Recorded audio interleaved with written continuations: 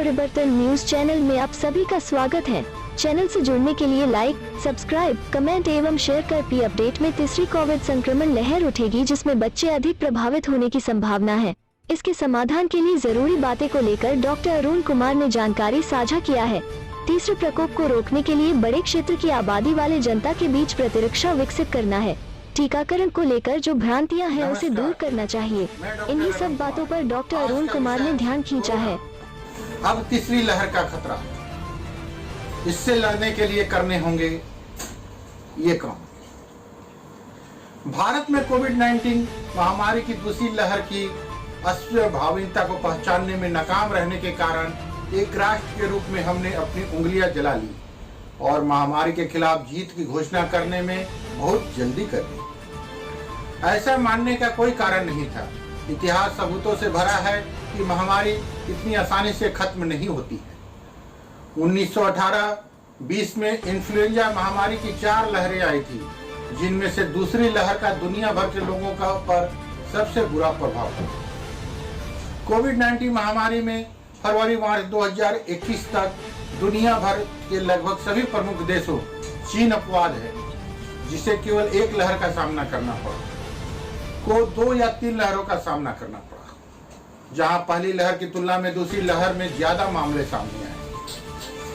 दूसरी लहर के बीच कुछ दिनों पहले भारत सरकार के प्रमुख वैज्ञानिक सलाहकार ने कहा कि भारत में कोविड-19 की तीसरी लहर अवश्य आने वाली है। उन्होंने कहा कि यह अनुमान लगाना संभव नहीं है कि तीसरी लहर कब आएगी और कितनी गंभीर होगी। महामारी विज्ञान के सिद्धांतों पर आधारित यह घोषणा सही है। जब तक अति संवेदनशील आबादी रहती है तब तक लहरों का खतरा बना रहता है। फरवरी 2021 की शुरुआत में जारी भारत के तीसरे देशव्यापी सीरो सर्वेक्षण रिपोर्ट में पाया गया था कि केवल 21% लोगों ने पिछले संक्रमण के प्रमाण मिले, जैसा कि उनके रक्त नमूनों में एंटीबॉडी के माध्यम से पहचाना गया था। अनिवार्य रूप से इसका मतलब था कि 79% भारतीय अब भी वायरस के लिए अति संवेदनशील हैं, जो अब भी आसपास हैं। महामारी को रोकने का एकमात्र तरीका है कि हर क्षेत्र में आबादी का एक बड़ा हिस्सा वायरस के खिलाफ प्रतिरक्षा विकसित करे। यह प्रतिरक्षा स्वाभाविक संक्रमण के बाद या टीकाकरण के जरिए प्राप्त की जा सकती है।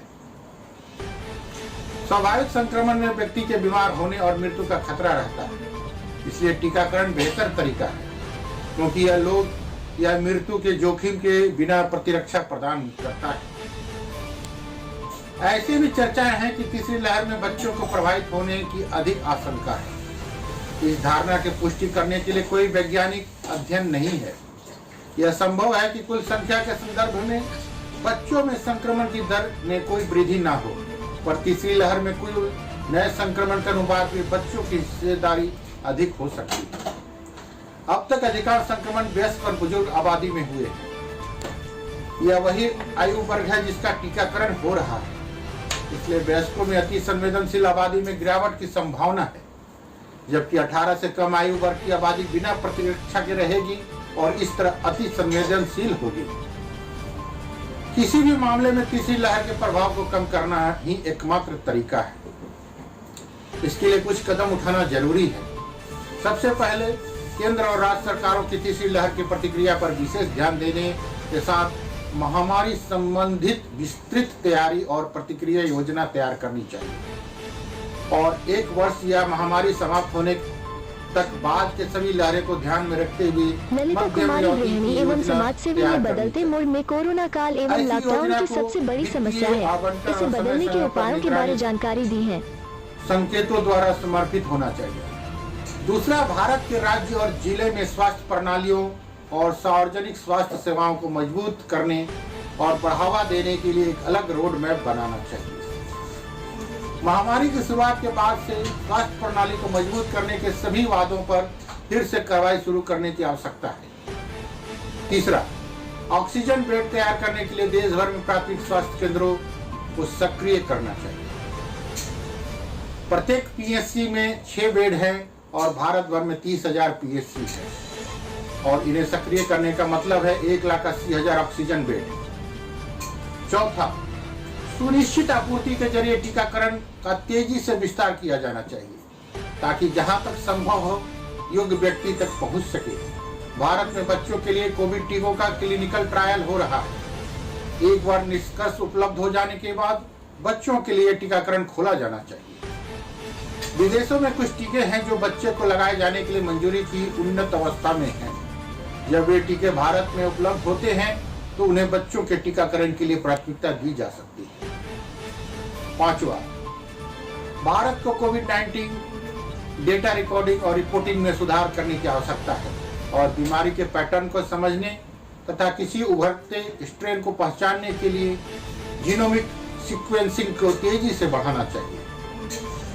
संक्रमण को नियंत्रित करने के लिए समय पर उचित रणनीति तैयार करने की दृष्टि से ये दोनों जरूरी है।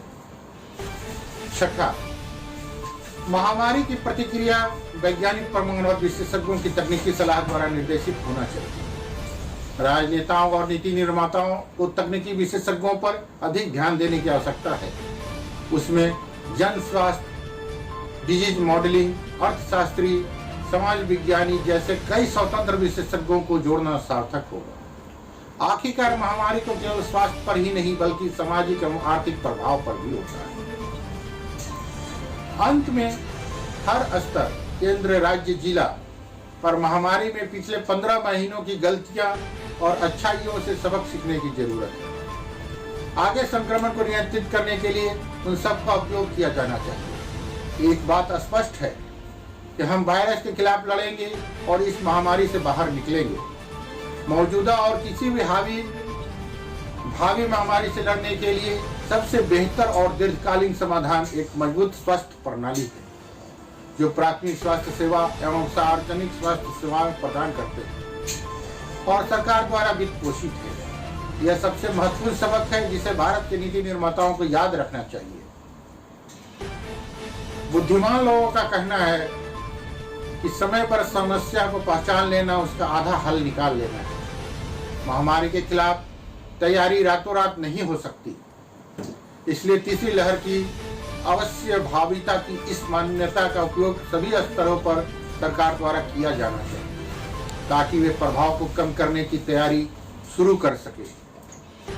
धन्यवाद। आपका अपना डॉक्टर अरुण कुमार। ललिता कुमारी गृहिणी एवं समाज सेवी ने युगलों के लिए जानकारी साझा किया है। सोशल मीडिया एवं युगलों के बीच बती दूरियों को दूर करने के उपायों को लेकर जानकारी साझा किया है।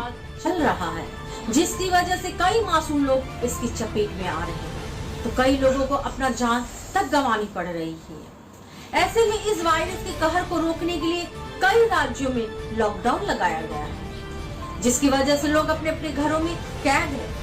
ऐसे में अगर आप कपल है और आप अपने पार्टनर को छोड़कर सोशल मीडिया पर वक्त बिता रहे हैं तो ये सोशल मीडिया आपके प्यार भरे रिश्ते में कड़वाहट पैदा कर सकता है। तो चलिए जानते हैं कैसे रिश्ते पर सोशल मीडिया का अटैक।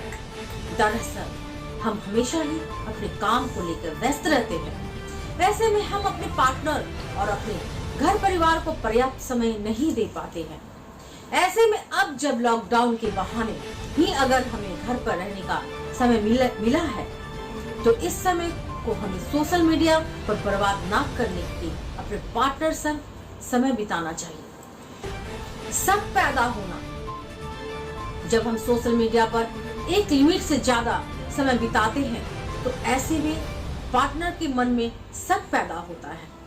पार्टनर को कई बार ये लगने लगता है कि आखिर सोशल मीडिया पर ऐसा क्या है जो ये हमेशा लगे रहते हैं। वहीं कई बार शक इतना बढ़ जाता है कि पार्टनर को दूसरे अफेयर जैसे भी शक होने लगते हैं जो रिश्ते को खराब कर सकते हैं। झूठ बोलने की शुरुआत, कई लोग सोशल मीडिया पर लगे रहते हैं और अपने पार्टनर के संग समय बिताने की जगह सोशल मीडिया पर काफी समय बिताते हैं। ऐसे में कई लोग अपने पार्टनर से झूठ तक बोलने लगते हैं। जब उनसे पूछा जाता कि आप मोबाइल या लैपटॉप पर क्या कर रहे हैं तो किसी काम का बहाना बना देते हैं। इससे झूठ बोलने की शुरुआत होने लगती है। दूरियां पैदा करना, जब हम सोशल मीडिया पर समय बिताने लगते हैं तो हम अपने पार्टनर से दूर होने लगते हैं, क्योंकि हम ज्यादातर समय सोशल मीडिया पर ही बिताते हैं। इससे पार्टनर और आपके बीच दूरियां तक पैदा होने लगती है। ऐसे में अगर आप लॉकडाउन में घर पर हैं, तो आपको अपने पार्टनर को भी पूरा समय देना चाहिए, जिससे आपका रिश्ता बेहतर हो सकेगा। मैं ललिता कुमारी, धन्यवाद।